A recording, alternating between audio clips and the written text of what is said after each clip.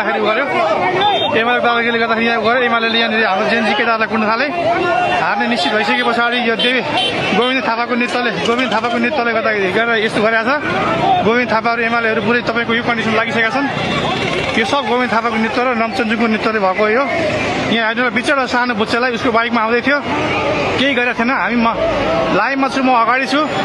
तर उनीहरूले आफ्नो हारको मनस्थिति यहीँबाट स्वीकार गरिसकेका छन्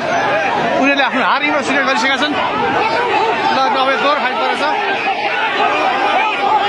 अब एमालेहरूलाई कुट्नुपर्ने अवस्था आएको छ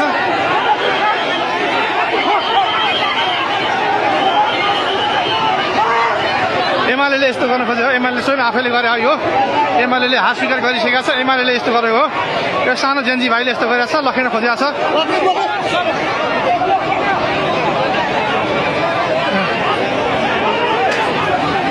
अब यहाँ भाग झगडा सुरु भयो